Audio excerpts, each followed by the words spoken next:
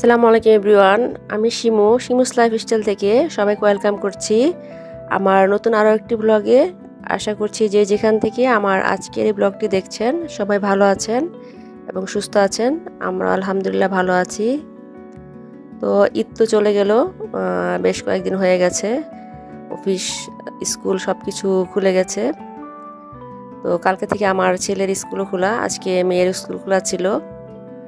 যদিও helping hand খালাদের ছুটি এখনও শেষ হয়নি, তারা বাড়ি থেকে এখনও আসেনি এবং কবে আসবে তাও জানি না। তো একা হাতে কাজ করতে করতে একদম টায়ার্ড হয়ে যাচ্ছি।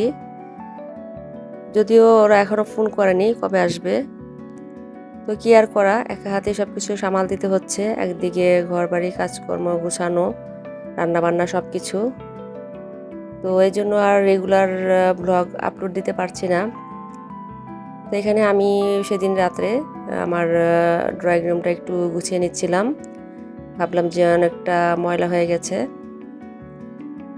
ধুলাবালিও পড়েছে অনেকটা। তো এবার ঈদের মধ্যে তো খুব বেশি একটা ডিপ ক্লিন করা হয়নি ড্রয়িং রুম, অন্যান্য কাজের ঝামেলায় অন্যদিক সামাল দিতে গিয়ে ড্রয়িং রুমটা আর তেমনভাবে গোছানো হয়নি। তো ভাবলাম যেহেতু রাতে সময় আছে, সব কিছু ক্লিন করে নিয়েছি, একটু ডিপ ক্লিন করেই নিয়েছি। আমার টিভি ক্যাবিনেটটা, তো এটাতে যেহেতু অনেক ডিজাইন, এটাতে একটু ভালো করে মুছতে হয় সময় নিয়ে। আর তারপর উপরে যে কভারটা সেটাও বিছিয়ে দিয়েছি। তো উপরের যে কভারটা এটা কিছুদিন আগেই ধোয়া হয়েছে, সেজন্য আর ধুইনি, শুধুমাত্র ঝেড়ে আবার বিছিয়ে দিলাম। আর এখন এটার উপরে যে ছোট ছোট শোপিসগুলো আছে সেগুলো বিছিয়ে দিচ্ছি। ড্রয়িং রুম সাজাতে সবারই আসলে খুবই ভালো লাগে, আর যত শোপিস থাকে আমার মনে হয় ড্রয়িং রুমটা ততই সুন্দর লাগে। যদি এগুলো মেনটেন করা অনেক কষ্ট, ছোটো ছোটো শোপিসগুলো কিন্তু মুছতে অনেক কষ্ট হয়। বড় যে কোনো শোপিসের তুলনায় কিন্তু ছোটো ছোটো জিনিসগুলো কিন্তু মুছতে বেশি ঝামেলা মনে হয় আমার কাছে, কারণ ধুলোবালিগুলো আটকে থাকে। আর এখানে হচ্ছে কর্নারে একটি ঝাড়,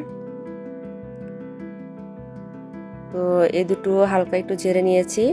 আর এখানে কয়েকটা ফুল আছে, সেগুলো দিয়ে দিব এখন। তো ফুলগুলো আমি হালকা ঝেড়ে নিলাম, পানি দিয়ে ধুবো কিছুদিন পরেই। সবগুলো ফুল একসাথে করে ডিটারজেন্ট দিয়ে ধুয়ে নিব। তো যেহেতু এখন হেল্পিং হ্যান্ড নেই, কাজগুলো শর্টকাটেই করতে হচ্ছে। দিনের বেলায় তো রান্নাবান্না, কাপড় ধোয়া, হাঁড়ি পাতিল মাজা সব মিলে একদম সময়ই পাওয়া যাচ্ছে না এক্সট্রা কোনো কাজ করার মতো। তো এখানে বড় পাতার যেই ঝাড়টা আছে সেটাও আমি মুছে নিয়েছি। আর এই প্ল্যান্টটি কিন্তু রাবারের পাতা, একদম অরিজিনাল মনে হয়। তো এটা একটু মুছে নিচ্ছিলাম ন্যাকড়া দিয়ে ভালো করে ধুলাবালিগুলো।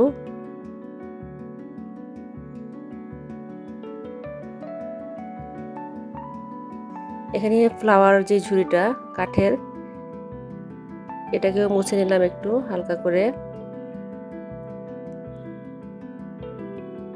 যত্নের উপরেই সবকিছু আসলে নির্ভর করে সৌন্দর্য। যত যত্ন করে রাখা যায় ততই কিন্তু টেকসই হয় সব কিছু জিনিসেই।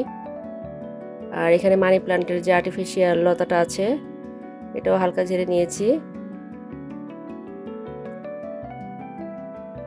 আর এখন ওয়াল যে হ্যাঙ্গিংটা আছে এটার মধ্যে দেখলাম যে অনেকটা ধুলা পড়েছে, তো এটাকে একটু মুছে নিচ্ছি আমি।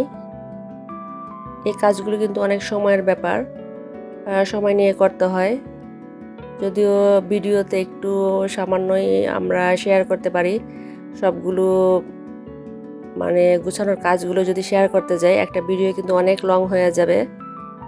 তো যতটা পারা যায় শর্টকাটে করার চেষ্টা করছি আপনাদের সাথে। আমার এই ওয়াল হ্যাঙ্গিংটা কিন্তু অনলাইন থেকে নেওয়া, এটার সাথে আমি আরেকটা নিয়েছি, সেটা ডাইনিং রুমে রেখেছি।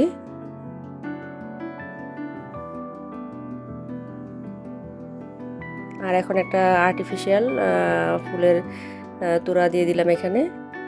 আর পাশেই যে কর্নার সেলফটা, এটা ছিল আমার কিচেনে, আর এই বাসায় যে কিচেনে যতটুকু জায়গা আছে এটা রাখা ছিল, সেখানে কিন্তু পানি সেটা জং ধরে যাচ্ছিল। তো আমি এখানে আসার পর এটা 2-3 মাস পরে এখান থেকে সরিয়ে ফেলছি, কিচেন থেকে সরিয়ে আমি চিন্তা করলাম যে কোথায় রাখা যায়। তো ভাবলাম ড্রয়িং রুমে দিলে ভালো লাগবে, কর্নারে, যেহেতু এটা কর্নার সেলফ। যদিও কিচেনের, কিন্তু সাজালে তো সব কিছুই সুন্দর লাগে। তো চিন্তা ভাবনা করলাম আর দেখলাম কেমন লাগে, দেখলাম যে ভালোই, খারাপ লাগছে না। কালার মধ্যে বিভিন্ন রকম ফুলগুলো ফুটে উঠছে, কারণ একদম জং ধরে গিয়েছিল নিচের যে বর্ডারটাতে।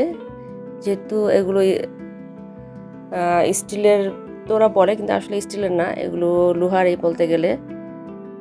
নিচের অংশে জং ধরেছে, তারপরে আমি সরিয়ে নিয়ে এসেছি। ভাবলাম যে ড্রয়িং রুমে থাকুক, এটা শোপিস দিয়ে সাজিয়ে রাখলে ভালোই লাগবে দেখতে।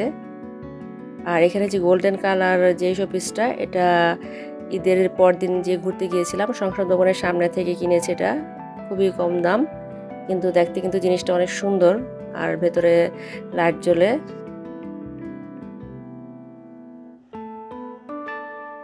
আর এখন আমার ছেলে মেয়েদের বুক সেলফটা, এটাকে একটু ঝাড়মুছ করে নিচ্ছি।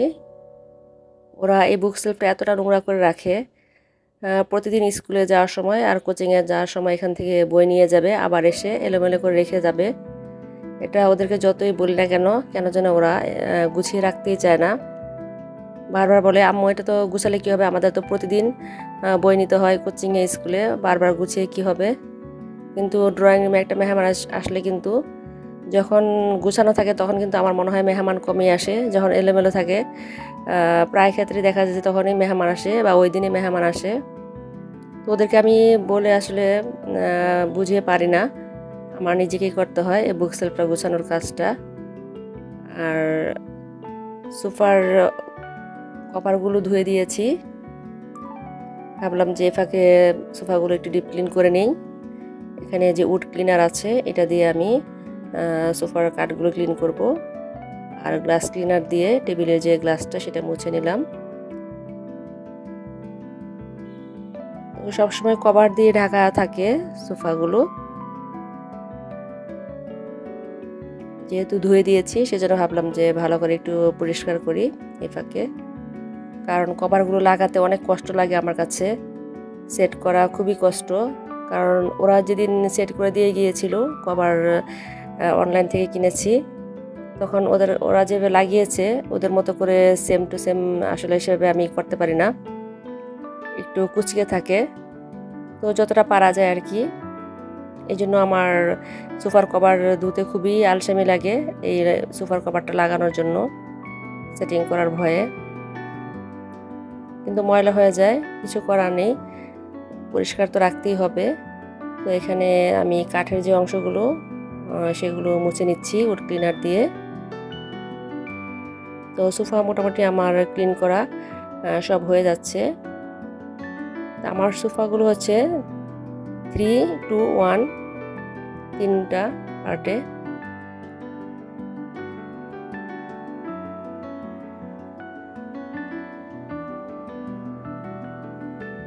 ডিজাইনগুলোতে খুব ধুলা পড়ে, দুদিন খোলা ছিল, এতেই মনে হচ্ছে যে ধুলাবালি জমে গিয়েছে। আর সোফার কভার কিন্তু সহজে শুকাতে চায় না, 2 দিন সময় লেগে যায়। আর আমার বারান্দায় যেহেতু রোদ একদমই আসে না, সে কারণে শুকাতে সময় লাগে। আর ছাদে আমি কাপড় দিই না। তো সোফার টেবিলটাও মোছা হয়ে গেছে, আর এখন আমি সবগুলো কুশন বিছিয়ে দিব। আর তারপরে আপনাদের সাথে শেয়ার করছি আমার ড্রয়িং রুমের ফাইনাল লুক। ভাড়া বাসার ড্রয়িং রুম যতটা পারা যায় নিজের মতো করে গুছিয়ে রাখার চেষ্টা করেছি, জানি না কেমন হয়েছে। আর ড্রয়িং রুমের যে কার্পেটটা সেটা কিন্তু ওই গরমের জন্য আমি উঠিয়ে রেখেছি, শীতকাল আসলে ইনশাল্লাহ আবার বিছিয়ে দেব। এখন ছোট একটা ফ্লোর ম্যাট দিয়ে রেখেছি।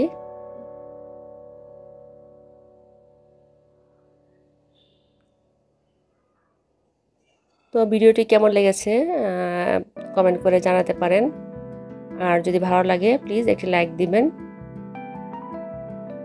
আর এই রকিং চেয়ারটা এটাতেও কিন্তু অনেক ধুলাবালি জমে, এটা তো আর কভার করার ব্যবস্থা নেই, এটার ফাঁকে ফাঁকে প্রচুর ধুলাবালি জমে। আমি সবসময় এটাকে মুছে রাখি। আসলে ডিজাইন যত বেশি হবে তত কিন্তু দেখতে যেমন সৌন্দর্য, কষ্ট কিন্তু ততটাই বেশি পরিষ্কার করাটা।